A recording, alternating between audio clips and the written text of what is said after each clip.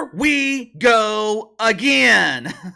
Here we go again with one of the lead deacons at Woke United Methodist. And my inside sources tell me Dawn Staley is currently being vetted to become the first black female pastor at her local chapter of Woke United Methodist in South Carolina. But here we go again with one of the leaders of the woke faith trying to convince us that she is traumatized, trying to convince us that she is so upset over words.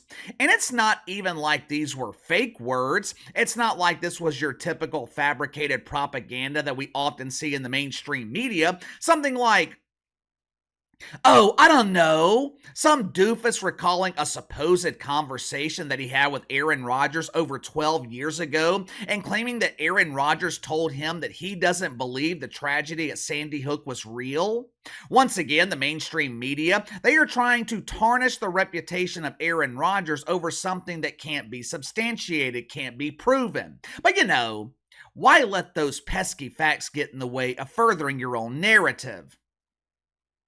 These words that Dawn Staley is supposedly outraged over, these words were based in fact. Problem is, they could potentially hurt feelings. Oh, feelings! Nothing more than feelings. 107.5 The Game. It is the local CBS affiliate in Columbia, South Carolina. They call themselves South Carolina Sports Leader, which isn't really saying much since there are no professional sports in South Carolina. Hell, I don't think the WNBA even has a dump in South Carolina. I think they have a NASCAR race there, isn't it Darlington or something like that? They also have something called PD Pride. I would assume that is a group of identifiers who participate in identifier athletic activities, like hot dog eating competitions and pounding the piñata with the big stick. During football season, they can talk about Clemson, but with this being the month of March, I would assume the primary topic of conversation on 107.5 The Game is the South Carolina women's basketball team, a team that Dawn Staley claims has been overlooked for years now. I haven't listened to terrestrial radio in probably about 20 years. When Howard Stern moved to satellite radio in 2006, I bought a subscription to Sirius. When Howard transitioned into Howie and started consuming the woke wiener, I couldn't listen to Howie Stern, so for the past 5 or 6 years, I listened to YouTube when I'm in the car. When I did listen to terrestrial radio, they used to have, I think they were quarter-hour breaks where some announcer would come on and give traffic updates or score updates. Apparently, they still do these breaks in terrestrial radio. Some dude named Junior or JR, he is responsible for doing these breaks for CBS Radio. These short segments, they are sent to local affiliates and they run them when necessary. Now, that is important to remember here. There's a reason I bring that up because 107.5 The Game, the local affiliate in Columbia, South Carolina, they have absolutely nothing to do with these segments. Earlier this morning during one of these segments, Junior was promoting March Madness. He was going with the narrative that March Madness isn't all that appealing this year and the women's tournament is the real draw. Now, I can't believe I'm saying this. I never thought I would be saying something like this, but Junior is right. I'm still going to fill out my brackets for March Madness, but outside of gambling, the men's tournament isn't really all that appealing this year. If you were to remove gambling from the equation, I am more excited to watch the women's tournament than I am to watch March Madness. More specifically, I'm excited to watch the conclusion of Caitlin Clark's career in professional basketball. Well, KC, what do you mean? Katie Rue Clark doesn't turn professional until she enters the WNBA next season. Yeah, sure. I have watched women's college basketball and I've watched the WNBA.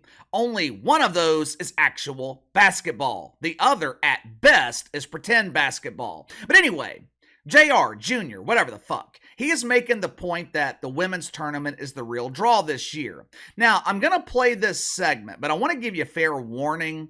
This segment contains explicit content. If you are wearing a woke hat or you happen to be a parishioner of Woke United Methodist, you might want to fast forward through this segment. These words can be painful if you're a wanker spanker. Listen for yourself. March Madness is upon us. Selection Sunday is only a few days away, and we even have teams that have won their conference tournaments and have automatic bids. But if I'm being honest, I'm more excited for the women's tournament. I'm ready for Angel Reese, Caitlin Clark, and the giant Brazilian woman from South Carolina that knocks people over. All kidding aside, let's be serious for 1 second. Was there anything offensive about that segment? I see a lot of dudes on social media who spend their weekends removing their bras and burning them in the street, all in the name of feminism. I see a lot of dudes on social media kissing ass and claiming that this segment was inappropriate. Inappropriate? How in the hell was this inappropriate? Go listen to Howard Stern in the 90s. Go listen to Opie and Anthony in the 2000s. Hell, listen to damn near every radio show from that time period. They were all inappropriate. You know what else they were? They were funny. They were entertaining. Of course, comedy is no longer allowed on terrestrial radio. Comedy is no longer allowed on television. Damn sure not allowed on late night television. We are not allowed to have comedy anymore because it's just too risky. You risk hurting someone's feelings. Seriously though, was that segment offensive? Was it inappropriate? Just to give you a little bit of context here, the South Carolina player that JR is talking about is Kamilla Cardoso. According to Junior, she is a giant Brazilian woman who knocks people over. Okay, let's do a quick fact check here. Kamilla Cardoso, she is 6'7". I guess if Junior wanted to be politically correct, if he didn't want to offend people like Andre the Giant who suffer from gigantism, he could have described Kamilla as tall. Junior also claimed that she likes to knock people over. Take a look at this footage. From this past Sunday, here we have Kamilla knocking someone over. Factually speaking, JR's 2 for 2. Fact check number 3. He described her as being Brazilian. Now imagine my surprise when I found out that Kamilla Cardoso was born in Montes Carlos, Brazil. That would make JR 3 for 3. But that doesn't matter to Dawn Staley. No! You see, Dawn Staley is a professional complainer. She has a long history of complaining about mythical misogyny and mythical racism. Last year, Dawn Staley, she canceled a home and home series against BYU. Why? Because a young woman named Rachel Richardson, her fairy godmother, I can't remember the fairy godmother's name. We'll just call her Florence. They put their collective brain cell together and they concocted a story of mythical racism. They accused volleyball fans at BYU of chanting racial slurs at Rachel Richardson. Now, this happened in the fall of 2022 in front of a sold-out crowd of thousands of people. The mainstream media, they ran with the story without a single shred of evidence. They expected us to believe that racial slurs were being used towards Rachel Richardson, and not one person captured the encounter on video. Rachel Richardson, she was a volleyball player from Duke. So you might be wondering, what the hell does that have to do with Dawn Staley? Absolutely nothing. But she canceled both games against BYU in the name of fighting against mythical racism. With Caitlin Clark taking women's basketball into the mainstream, Dawn Staley, she really hasn't been given much to complain about this season. Until this morning. Check it out for yourself. Oh, what a morning! Oh, what a morning! I am filled with fake outrage. Someone called my Brazilian player Brazilian. I am so offended. I refuse to sit this one out because I'm Dawn Staley, professional complainer. Now, you might notice towards the bottom of that thread, Dawn Staley was quick to accept the apology from 107.5 The Game. I don't know why they were apologizing. They didn't produce the segment. This segment was produced on a national level by CBS Radio. Now, JR Jr., he also apologized. I would imagine that he was forced to apologize by CBS Radio. But either way, Dawn Staley, she was quick to accept the apology, which is very strange. Because when BYU was falsely accused of mythical racism, Dawn Staley never rescheduled those games. She wasn't quick to forgive BYU when they didn't do a fucking thing wrong, but she was quick to forgive here. You might have also noticed that Dawn Staley did not file charges of mythical racism. Again, very, very strange. This is out of character for Dawn Staley. So I did some investigating. For a brief moment, I was choosing to identify as Private Dick Tracy. I wanted to know why Dawn Staley was acting irrationally. I wanted to know why she was not filing charges of mythical racism. Historically, Dawn Staley does not let these things slide, but it didn't take me long to figure out why charges weren't being filed.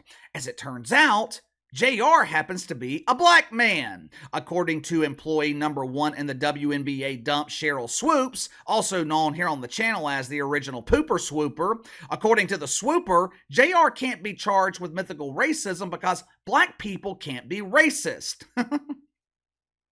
Case closed. Anytime I come across fake outrage like this over words, I always look at context and intent. This dude, Junior, or JR, do I think he was being malicious here? Do I think he was trying to hurt Kamilla Cardoso? No and no. The guy was trying to be funny. He was trying to add a little bit of flavor to an otherwise boring segment on radio. Let me ask you something, because a lot of people are expressing their fake outrage because this joke was made about a woman. If JR said the exact same thing about Shaq, if he said the same thing about Jokic in the NBA, would there be any fake outrage? Hell, go back 2 or 3 months. Stephen A. Smith went on a personal crusade calling Zion Williamson fat. I don't remember Dawn Staley expressing her fake outrage over that. If the same thing was said about an NBA player, would there be the same level of fake outrage? Obviously, the answer is no. So why are people like Dawn Staley and the Boodle Brigade on social media, why are they so upset about this? The only reason they are pretending to be outraged is because it was a man making a joke about a woman. You can't have it both ways. For years, they have wanted women's basketball to receive more media coverage. They want women treated equally. They want women treated the same way as men are treated. When that happens, they complain about it. But give me your thoughts on this. Dawn Staley pretends to be outraged because some dude named JR called her Brazilian player a giant Brazilian who knocks people over. Was that offensive? Was it inappropriate? There seems to be a double standard here. You're allowed to criticize men, but women seem to be off limits. That doesn't sound very equitable to me. Give me your thoughts. Sound off in the comments below. Like, subscribe, share the video. I appreciate each one of you guys and your continued support. Best way to contact me is by email at btlkc84@gmail.com, KC_BTL84 on Twitter. I'll see you guys tomorrow.